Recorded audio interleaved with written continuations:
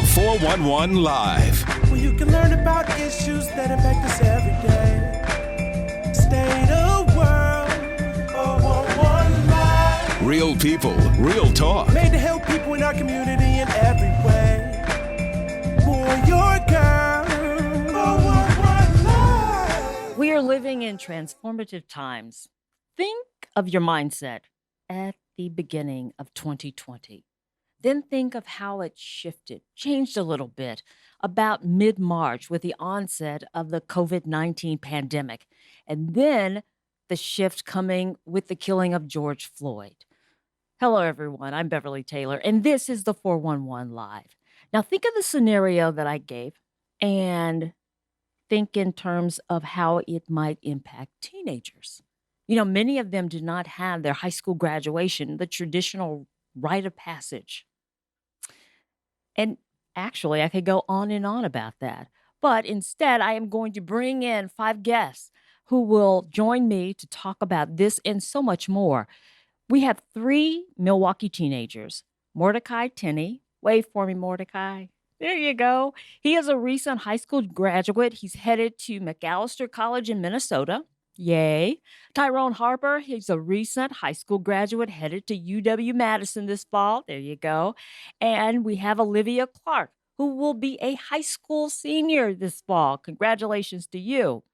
Dionne Grayson, president and CEO of Lead2Change, also joins us. And last but certainly not least, Jolanda Rogers, who is the president of T.A.L.K Publishing. Thank you. All right. Now, let me try to explain how all these people are connected. Now, Lead2Change is a dynamic career readiness organization. Dionne leads that organization. All right. The 3 teenagers are participants. And we have Jolanda, who is the head of the publishing house for the group's anthology, which will be coming up very soon. And this delves into the young people's emotions about COVID-19 and racism. So that's it in a nutshell. But now we're going to, pull these things apart, unpack all of this, and talk about it a little bit more. Dionne, Lead2Change focuses on career readiness, as I said. How did that morph into the anthology? So when the pandemic occurred, we had a town hall meeting with our young people because they were impacted by decisions that other people were making, and rightfully so. Nobody knew what was transpiring. They didn't know, am I going to graduate from high school? Is there going to be a graduation? Am I going to pass this class? Like I'm not talking to anyone. How is all of this going to transpire? So traditionally, we have career-focused internship experiences for our students in the summertime.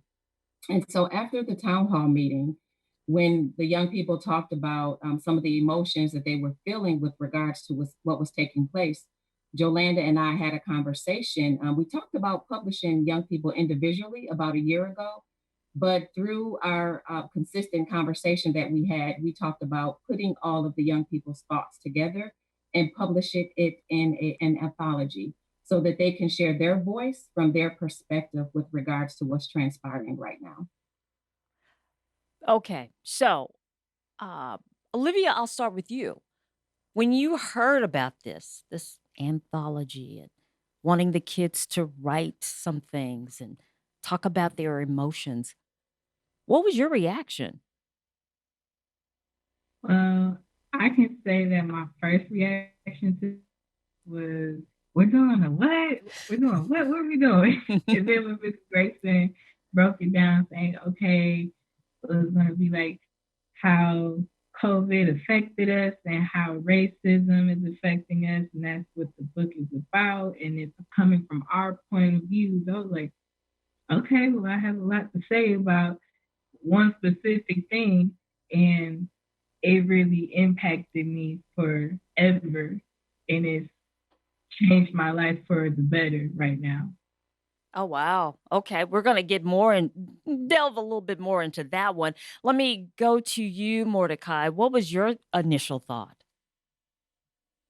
My first thought I was interested in it, but I didn't understand it would become what it is now. Mm-hmm. I know it's still in its very early stages and it hasn't even been released yet, but just the fact that I'm writing this, I was kind of blown away by like what I had to say and like what I was able to contribute. So I think, I apologize. no, that's okay. For the initial thing, thinking about having to write this, you're thinking, I have nothing to say. And then when you got into it, you found that you had a lot to say. Is that what I'm hearing? Yeah, it was surprising to me. I didn't think I had nothing to say. I thought I had very little to say, and that I didn't know if what I would say would be something that's important or something that's valuable. Gotcha. But I think I've learned through what Jolanda preaches. Like it's everyone has something important to say. Yeah. Tyrone, what about you? Well, for me, initially, I wasn't going to do it because I felt like I didn't really have much to say that other people didn't have to say already. Mm-hmm. My experience was pretty familiar with others. So when people shared their stories and experiences, I thought maybe I should share my experience as well, giving my opinion on the topic. So yeah, that's why I started writing. Now, what I understand is you could write poetry, you could do a story, or you could do a letter. Olivia, you are the only one who did a story, I understand. Is that right? Correct. Okay. Let's talk a little bit because you kind of gave us a hint of all this. What was your story about? My story was basically about my life and how racism impacted it. Like, they gave me a choice, like, okay, you can do COVID, you can do racism, or you can do both. And I spent majority of my time writing it was supposed to be a letter and a poem all in one, but it didn't turn into that. It turned into the story of my life and how it impacted me since birth, and it will always impact me throughout my whole life. So this whole thing that I kept bottled up inside, I just put it all on these papers that are going to be published for the world to see. Can you give us an excerpt? Just a little bit? I can. Okay, let me find it. Okay. I have a question for you, old friend. Why must you torture me so? What have I done to hurt you? What have I done to you that made you want to hurt me mentally and emotionally? But since you probably won't give me an answer, let me just inform you on something about me. I'm a strong, beautiful Black goddess making her way through this place we call home. I will keep pushing through what you constantly keep putting me through. And when I have kids and my own beautiful family, just know I'll prepare them for you and what you will even put. So thank you. Thank you for showing me your true colors and showing me how my Black is beautiful. I'll see you later, old friend. Love always, Olivia. Wow. And the old friend? Who's the old friend? The old friend is racism. Wow. So you have experienced racism when we talked before, not in the way people might think. You said you felt it within your family. Is that correct? I did. I felt it through, not even felt it, I experienced it through family, and I still do to this day. Like, I'll experience it from my mom's side of the family and my dad's side of the family. They'll come towards me because I'm the youngest of 11, and I'm the lightest one, as you can say, and the rest of them are like a little bit darker than me. I get my complexion from my dad. And they're like, oh, you didn't fit in, you were adopted, you just weren't meant to be here. Like, I felt like I was always like the odd one out in the whole family. Even with my mom's side of the family, I'm still the lightest one. And they're like, oh, you get that from your mom, you get that from your dad. Like, I just felt like I was just the odd one out, and being called names my whole life. Like, the worst one I could ever say is that some of my family members, my own brother, he calls me Casper, Whitey, white man. And he's my own blood, so it hurts me to know that he calls me that, but he says it's a joke. And I take that so seriously because I already felt like I already was the odd one out, even experiencing it in school, but hearing it from my own family just tore me down mentally. Wow, that is deep. Dionne, were you shocked by the pieces that you got from the kids? Yeah, and forgive me, I'm getting emotional. I know.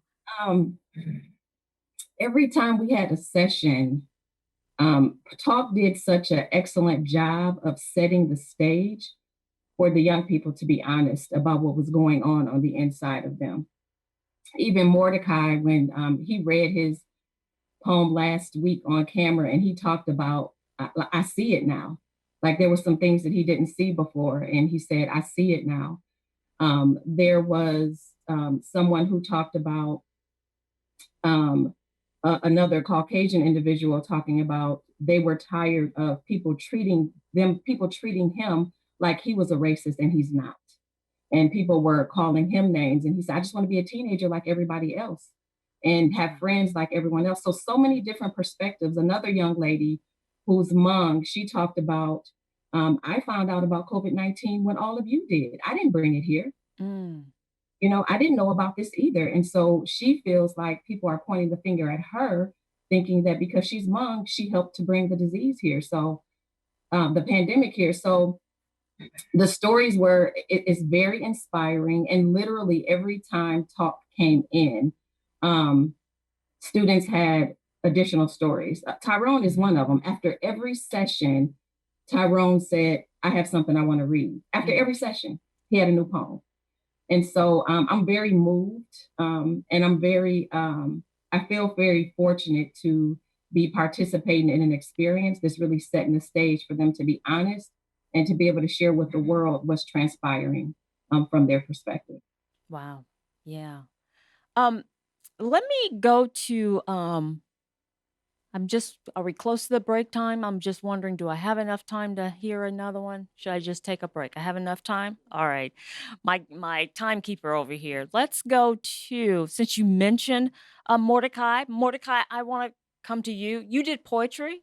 Is that correct? I did a mix of poetry and letters, but they all have this poetic feel to them. Okay. Will you give us a sample? How many did you end up doing? I wrote 4 pieces. 4 pieces. Like I said at first, I wasn't expecting to write many, but it just kind of like thoughts came to my head and I started writing about it. And I wrote 4 pieces that I'm really proud of. Very good. So here is one of the letters I wrote to racism. Mm-hmm. And this is the one that Ms. Grayson mentioned just a little bit earlier. I'll read the first half. Dear racism, you seem to enjoy hiding in plain sight, disguised in white clothes and ivory sheets. I used to not see you. I was told I didn't need to see you, told you were none of my concern. So you slithered under my radar and hid. You were allowed to do so. You were obligated to do so. To me, I thought, you carry nothing more than a stick, one that a small child would be so proud to find, one that, in that child's hand, was harmless. That stick, too, was a disguise. Rather, a Gatling gun that will level a city, a town, a community. We found you wandering, seemingly unintentional. Little did I know, every step you took was calculated and measured. In order to cause the most strife, it was necessary. Under a guise of rarity, I assumed you were small. But the only version I saw of you was not your true self, just the most extreme. Murders invoked through hate, lynchings erupting from nothing more than a misstep, a misstep, a misstep, a mistake, a specific mistake. The mistake of being born with darker skin. A child is a threat with a toy gun and dark skin. An EMT is a threat in her own house and dark skin. A young man is a threat with a face mask and dark skin. Life is not lived in the big events, but rather the small acts of prejudice every day. The glares, the walkarounds, the purse clutches. Fractions of humanity denied is humanity denied nonetheless. And it took so long for me to see. That's powerful. Thank you for reading that. Had you thought about racism before this project? Racism to me before this project, well, before this project and before a while when I was a little bit younger, it wasn't something I saw. It wasn't something I intentionally saw. It wasn't something I chose to see. It was something that, like I said in the piece, that was kind of under my radar. I didn't know about it. And I think with age and with, especially because of the anthology, I was able to better explore that and feel what's going on. Wow, that is really good. Really good. Jolanda, we're going to take a break. When we come back, I want to talk to you about how you were able to help the young writers, dig deep and get to those emotions and get them on paper. Stay with us. We will be right back. My God. It's another sad day in America. Painful to be introduced to George Floyd during his last breath. With the cop's knee on his neck. He deserves so much more. How many black lives have to be taken before something is done? We are not a threat. I am shaking as I type. This has got to stop. We are sick of it. We need conviction. I just want us all to live. The deaths will not stop until the powers that be are finally held accountable. Don't look away from the truth until every one of us are free from white supremacy. The world stands with you.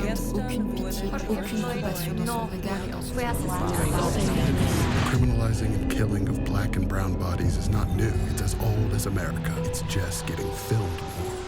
Do you know what it feels like to be hunted? To have a new hashtag for a dead black person every single day? How does one plan a life if they aren't sure they will have a life to plan? Deborah Dan, Nina Pop, Stephen Clark, Megan, Nia Wilson, Keisha Mike, Christopher, Dionne, George Floyd. His name was George Floyd. Say his name. Say his name. George Floyd, say his name. Say their names. Once again and always, we fight for justice. Black Lives Matter. Black Lives Matter. Rest in power, beautiful. Go to blacklivesmatter.com. Because the fight isn't over yet. You will see me choose to protect my community by wearing a face cover. And even with my face covered, You will see me As a son, as a man with a never quit attitude. As a fighter for change. join me in wearing a face cover. To help stop the spread of the coronavirus. Because this is one small act of kindness that has the power to make a big difference. Welcome back to the 411 Live. Real people, real talk. I want to start off this second half with Jolanda. Your publishing company, T.A.L.K, worked with the young people in getting deep, getting to those emotions. How did you do that? First, Beverly, I'm like trying to regain my composure. Yeah. Because, Olivia's piece, Mordechai's piece, what we'll hear from Tyrone, they're just all so very powerful. And it's interesting to me, or I guess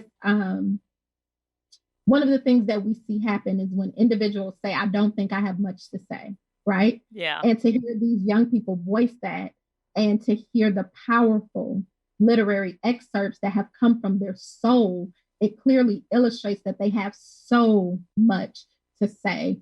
And not only just so much to say, but so much that needs to be heard. Mm-hmm. And that was really a part of our process, really introducing them to creative writing and emotional processing as a pair, and how writing can help process emotion. It can be a place of release to deal with anxiety, depression, just really tying in levels of mental health, and how both the global pandemic and the heart crisis, if you will, of racism has really created this need for everyone to do a mental health and wellness check. Mm-hmm. And I think through writing the anthology, it gave the young people an opportunity to do that.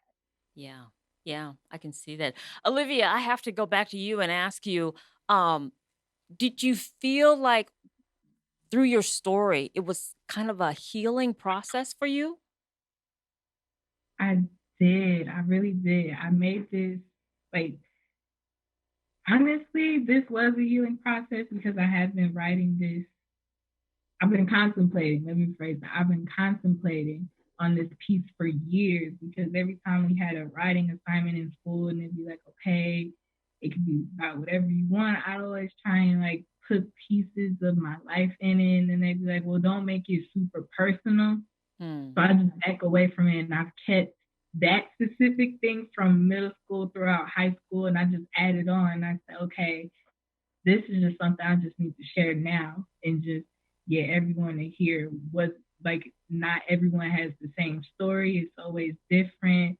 And I think what really affected me to make this story come to life is that in our own Black community, it's that they're always doing a discrimination against each other. It's like they're like, oh, dark skins don't get as much love as light skins. Light skins have so much more privilege than a dark skinned person.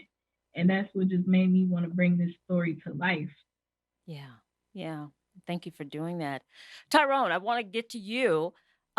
You did a letter or poetry? I did a letter, but it's a mix of letter and poetry. Okay. Give us a sample. Okay, sure. Dear COVID-19, you have an email. Subject, let's talk. Hello, COVID. I'm going to be honest. You've helped me a little bit. The closure of schools has helped me realize that I was afraid to start college and overcome that fear. You've also given me the chance to reflect on my life choices, although killing that many people is unforgivable. Because of you, I couldn't say goodbye to my classmates in person, even if I didn't want to. You've locked us all away in our homes, leaving us from our daily lives. You even tried to be slick by not affecting the youth so that they would spread it to the older generation. Honestly, we're trying to be one of the big pandemics, like smallpox. You may have started this pandemic, but you can rest assured, we will end it. Get off of my planet, Tyrone. Oh, that's good. That is really, really good. Um, the one thing you were talking about not being able to see your classmates because, when they shut down schools, you're a high school senior and you didn't have a graduation, so that kind of ended that. So possibly some of your classmates, the last time you will ever see them was back in March. Am I correct in that? Yeah, that's right. And I wasn't always friends with the people I talked to. I didn't hang out with them on a daily basis. I didn't have their phone number. So when COVID ended, well, when COVID started, I mean, I didn't really get a chance to connect on a deeper level with those friends. Yeah. So that might have been my only time seeing them ever again. Like I might never see those people again. So COVID has really messed up my plans to make more friends. Yeah. Yeah. Man, that was good too. That was really good. I am excited about this anthology. I can't wait for it to come out because from just these 3 people, and you had what, 20 contributors? Is that right? Yeah, 20 contributors. And T.A.L.K has a signature program called the Author Lab. And what Lead2Change actually did was allow us to customize this experience for the young people. So this summer, they actually went through our signature program. I just lost you. Check your mute. Mute. Okay, how about now? Gotcha. This summer they went. Okay, started this summer. So this summer, we actually had an opportunity to take our signature Author Lab program and customize it for a youth Author Lab. And Lead2Change gave us the opportunity to do that. So this is actually our inaugural youth author group, you can say. And we took them through a series of workshops, not just to develop their writing pieces, but to connect the emotion to the writing, kind of how we mentioned a little bit. So we talked about processing the global pandemic, having a conversation with them about the impact of COVID-19. We brought in a mental health professional to kind of sit with them and talk about their different emotions that have come from it. one thing I love with Lead2Change is that all of the young people have different career aspirations. And there are about 5 or 6 of them that are interested in mental health. And because of everything that's going on, it created the perfect situation to tie in writing, to tie in, how journaling and those things can really be a benefit for adults as well as youth. And then we went and talked about school interrupted. I think the example that Tyrone gave is so good, and what that looked like, as well as just the future looks different. So one of the questions we asked them is, what kind of conversations will you have with your grandchildren? And what will it look like? Explaining to them what you experienced and all of those things. Another thing that I think is really important to mention is that when we walk them through how to write out emotion, we would give them a feeling word and have them describe the emotion without actually saying it. And some of the characteristics, experiences, examples they came up with were simply breathtaking. And some of those are included in the book as well. Oh, wonderful. Wonderful. Okay, we're talking about this book. When will it come out? The book is slated to be released in mid-August. Woohoo! Yes, we will have books in hand before the month of August goes out. And we're also planning a virtual release where the young people will have an opportunity to share some of their pieces. We'll be able to invite the community. This anthology, although it's written by young people, it is for young people and beyond, right? Mm-hmm. What I feel like they've done is really given us a powerful step forward in terms of having a conversation about how the quarantine team really feels. Yeah. So it'll include some journal questions and the opportunity for other young people and adults to kind of reflect on what they've read from the perspective of teenagers. Yeah. Dionne, I know that Lead2Change, career readiness organization, how does all of that career readiness, how does that fit in with the anthology and the writing? Well, so we did, I wanted to share too, that we did shift this summer, just the nature of what was transpiring with COVID-19. So we did a 7-week leadership institute this summer. So we are online Monday through Thursday from 9 to 3. And so what the students are learning are skills and different things that help prepare them to be successful in their careers.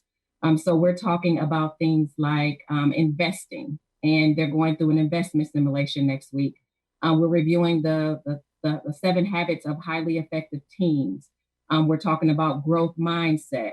So even when you talk about an anthology and being able to effectively articulate how you feel about things, it makes you more effective in the workplace. It makes you more effective as an entrepreneur. Definitely a growth mindset, right? Oh, absolutely. Absolutely. We had small groups when the quarantine first started.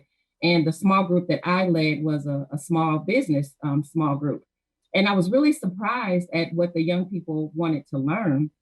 And they wanted to talk about how to effectively get along with other people. If I'm going to be an entrepreneur, if I'm going to be in leadership, I need to know how to talk to people. I need to know how to motivate people. I need to know how to organize groups.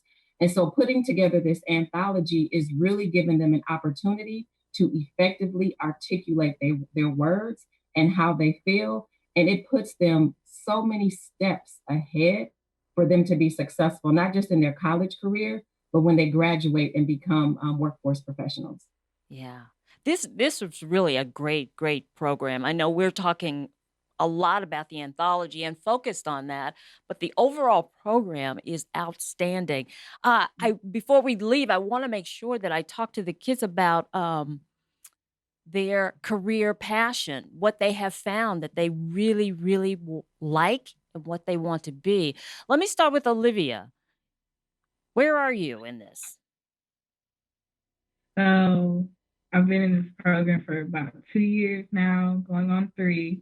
And in the beginning, I said I wanted to just be a psychologist, but then I found out that I have to medicate people, and that's not what I'm really for. So then they put me on they put me on the phone with an actual psychotherapist, and I was like, psychotherapist?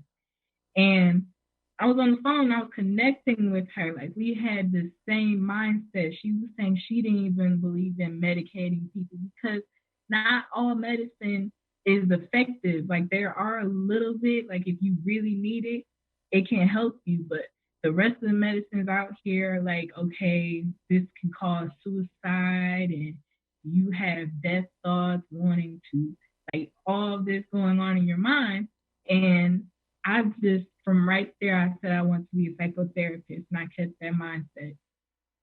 So that is it, right? Psychotherapist. All right. Mordechai, how about you? I was in the similar boat to Olivia, where I had an interest, but I wasn't sure how to apply it to a career. And I found that what I really enjoy is being able to help people who aren't able to help themselves. And by that, I mean being able to help young children kind of cope with what's going on in their mind.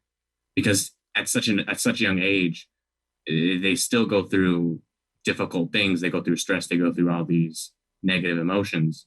And being able to manage that when they're young really sets them up for when they're older. And that's where I'm really interested in. I think the specific word for it is I'm planning on doing child psychiatry, just so I can be able to help those children improve and then be ready for their next steps. That's wonderful. That's wonderful. Tyrone, how about you? Well, for me, I wanted to be on the frontier of discovery. I went to an aquarium with my parents when I was young, and I saw people working in the tanks with the animals. So I decided that I wanted to be like them in the tank. So then I did some research, and then I realized that marine biology was a career field that I'd need to be in order to do that kind of thing. So I built my career toward marine biology. Very nice. Now, you did an internship as well, right? Yeah, I interned a year ago at Discovery World, where I helped them clean their main aquarium. Ah, okay. Very good. Very good. This is awesome. Now, you guys, like some of you have been in Lead2Change for 2 years, maybe somebody 1 year, or all of you 2 years? All of us are 2 years. Okay. Have you noticed a shift in you, your personality, your thinking because of Lead2Change?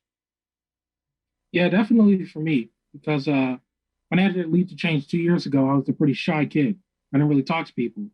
So working with Lead2Change, they improved my social skills, my teamwork skills, and it really built on my courage to come out of my shell in order to come and do things like this, like speak on the podcast. Very cool. I'm so glad you're here too. How about you, Olivia? I can definitely say that Lead2Change has changed me from 2 years ago, because back then I was just this outspoken person. I didn't really like talking in front of people, giving presentations. Like, I would be that kid in the back that's like, I'll pass on that. And joining this program, Mrs. Grayson specifically is the one that got me out of my shell. She was like, well, you do good speaking in front of people. And I was like, really? I thought I was terrible at this. But then she, like, the many times she made me do presentations, she would tell me I'm getting better and better. And I would work. Okay, we lost that audio. But it sounds like Ms. Grayson was a true encourager for you. And that's wonderful. Mordechai, how about you? We talked on the phone last night, and you told me there was a definite shift. Yeah, and before I mention that, I think I really want to reiterate Tyrone's point. I think I when I knew him 2 years ago, he wasn't Tyrone. He was, or he wasn't the Tyrone I know today. He was a completely different person. He, like, right now, who he is now, he's much more developed, and it's really great to kind of see that in a friend. And for me, my experience, I had this similar kind of growth where I really improved in my skills with public speaking and with being just able to communicate to others around me more effectively. And I think the most impactful thing through Lead2Change I think it's part the growth, but it's also the people that are a part of Lead2Change. Miss Grayson and the staff that work at Lead2Change are all amazing, and it's really nice to be in the same network as they are.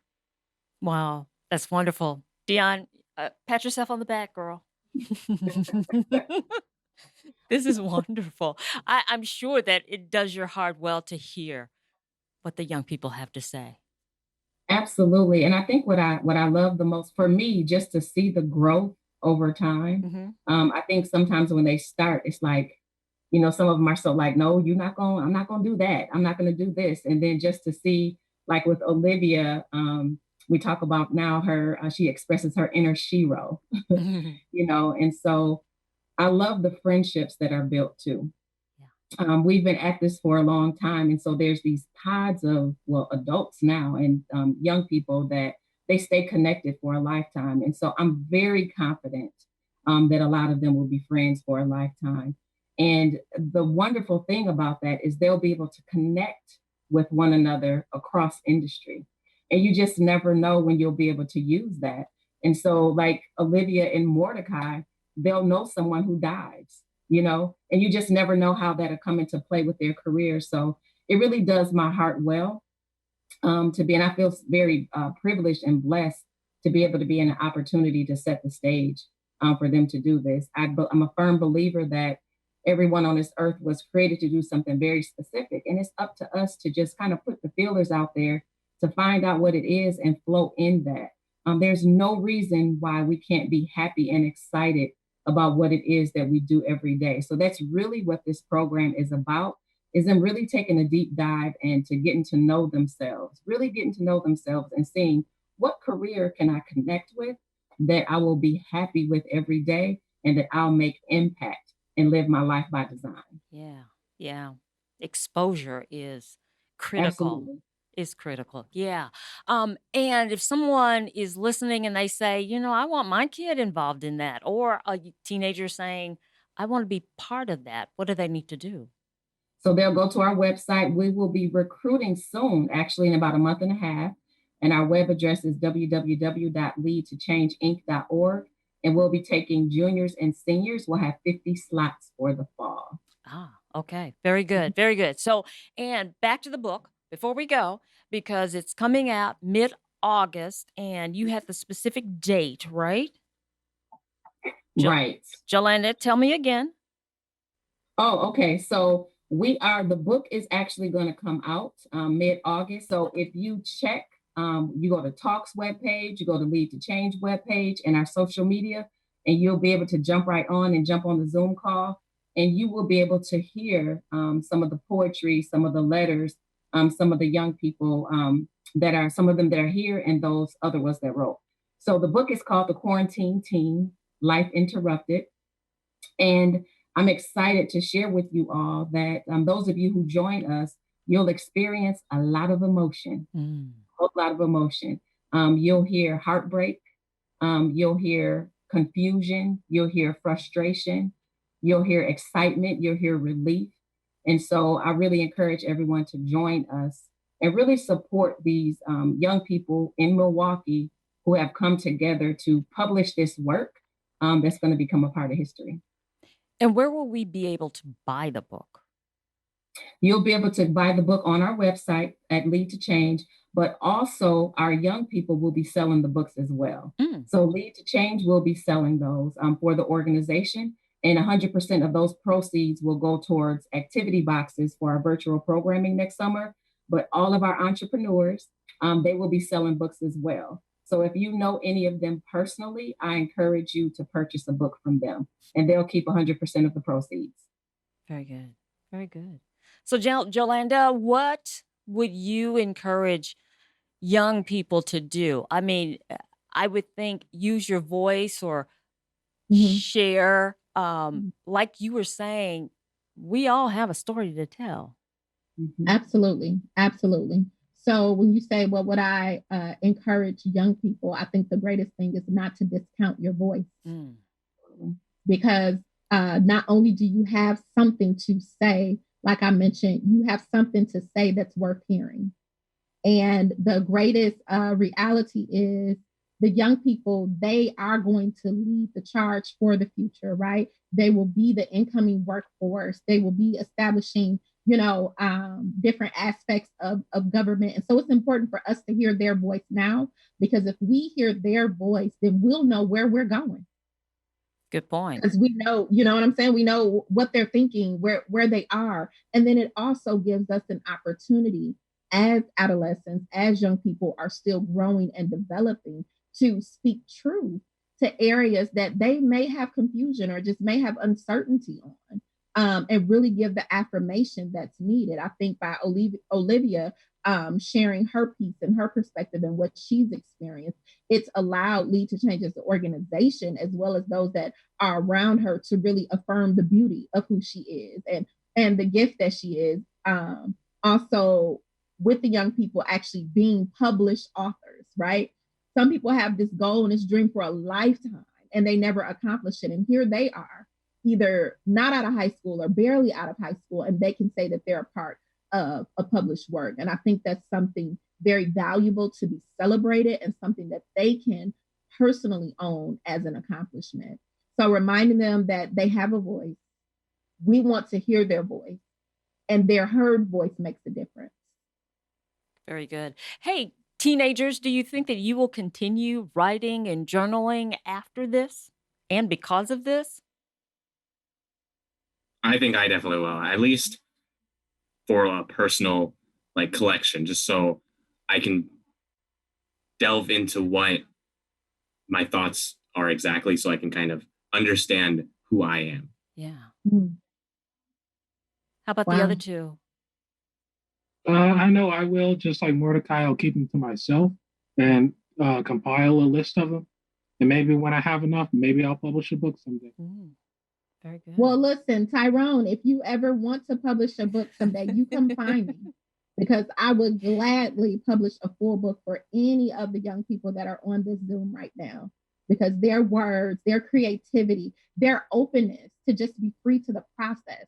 And that's what you really look for when you look for an author, when you look for a writer. You look for someone who's willing to lean into the creative process without judgment and really allow what's in their heart to flow. And I believe each of these young people, that's exactly what they did. Yeah. Dionne, do you think, with the success of this, that this is something that you will continue to do, to have more anthologies? We've talked about that. Jolanda and I have talked about publishing young people individually, as well as the anthology came about because of what's going on with COVID-19. But this, honestly, and I think Jolanda will attest to this, this was a whole lot more than we expected. They wowed us. I mean, literally, when we would get off the calls, we're calling each other like, okay, guys, this is going to be a whole lot better. And I told them, I said, you all are pulling on us. You're making us do more. You're taking us up higher. So absolutely, I think that what we publish will depend on the group of young people. And they tell us, and given the circumstances of what's going on in the world and what's going on with them, they'll tell us what we're publishing or what we're doing or what we want to write about. So absolutely, T.A.L.K was, if I can do a shameless plug, they were wonderful, absolutely wonderful to work with. And as Miss Jolanda shared, just the platform that she created for young people to be creative was just absolutely amazing. So any groups out there who are thinking about doing something similar, I would highly encourage you to reach out to T.A.L.K. Very good. Very good. This has been inspiring. I mean, the work, the samples that you guys gave, awesome, just wonderful.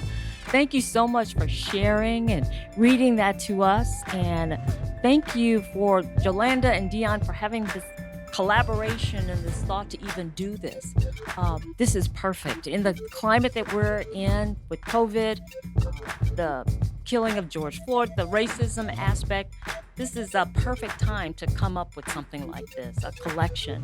So like I said before, I'm looking forward to reading this book.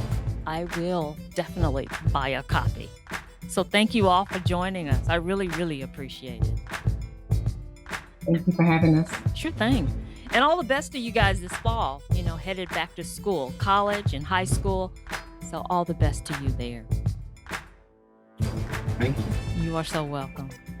And thank you for joining us for another edition of the 411 Live. You have been listening to Mordechai Tinney, Tyrone, Harper, Olivia Clark, along with Dionne Grayson, President and CEO of Lead2Change, and of course, Jolanda Rogers, President of T.A.L.K Publishing. Again, we thank them for being with us, and thank you for joining us for the 411 Live.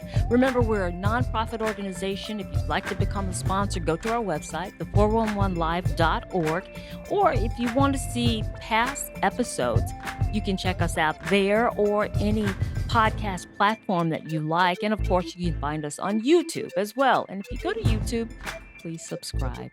Until next time. I'm Beverly Taylor. This is the 411 Live. Real people, real talk.